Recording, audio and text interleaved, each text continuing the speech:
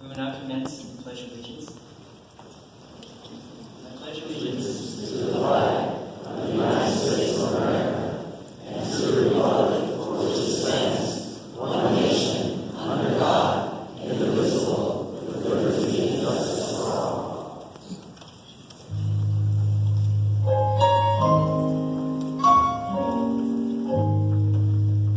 Oh, say, can you see by the dawn's early light what so proudly we hailed as the twilight last gleaming, whose broad stripes and bright stars through the perilous fight o'er the ramparts we watched were so gallantly streaming, and the rocket sunlight of our first beginning gave proof through the night that our flag was still there.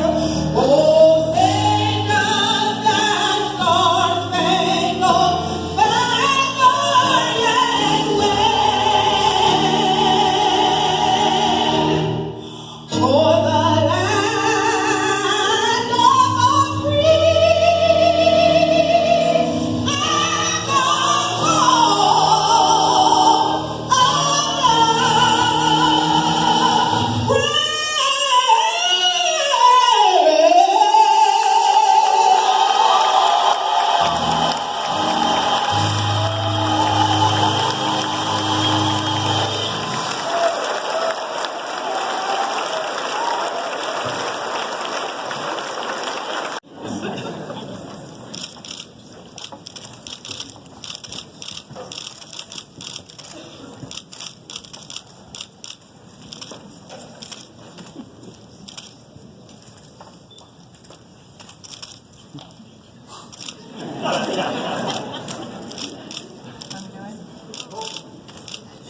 Pop out, man.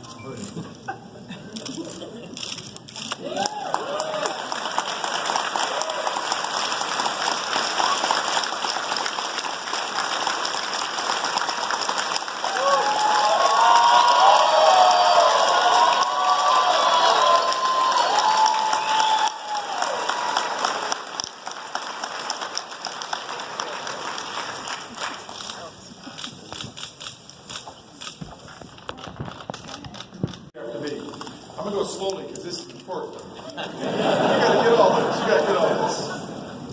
I, Daniel Hahn, do solemnly swear. I solemnly swear. Oh, Repeat I, after Daniel me. Hahn, I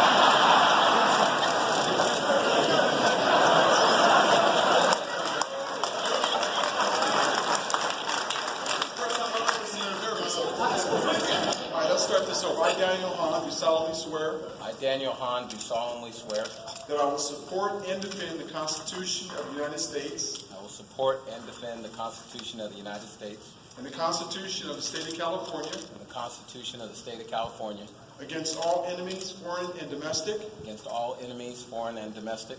that I will bear true faith and allegiance I will bear true faith and allegiance to the Constitution of the United States to the Constitution of the United States and the Constitution of the State of California, and the Constitution of the State of California. that I take this obligation freely I take this obligation freely without any mental reservation without any mental reservation or purpose of evasion, or purpose of evasion.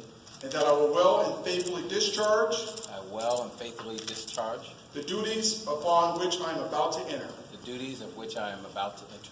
Congratulations, Chief. Thank you.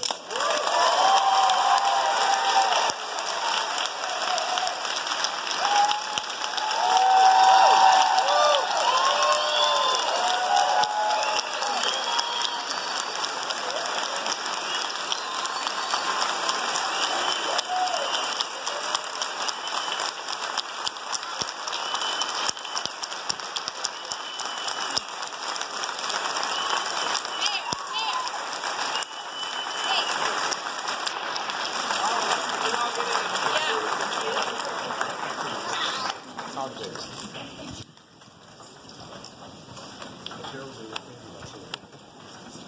get in? Well, the priorities for fighting crime is to keep crime low and work in collaboration with our communities to do that. Probably the first priorities is, number one, is to build trust in all of our communities, all of our neighborhoods, so we can do those things together. And then secondly, ensure that the department is a great place for everybody to work and a destination department where people want to be. Right now, there's a lot of uncertainties and fears in the immigrant community. How are you planning to approach them and build the trust, especially with the residents of the city? I think the most important things with communities like that are building those relationships to where you're there every day, and they know that you care about them. There's a lot of mistrust in certain communities because they believe law enforcement doesn't care about them. They believe that the local law enforcement is going to do jobs of federal agencies and things like that. So our most important thing is that people in our town and in our city feel valued and feel safe in our city. That's our most critical thing. What's your opinion on the Justice Department recently sending a letter saying that they're going to cutting funds for especially like sanctuary cities that might affect law enforcement? Well, I think we have to operate for what's best in our city and let the chips fall where they may.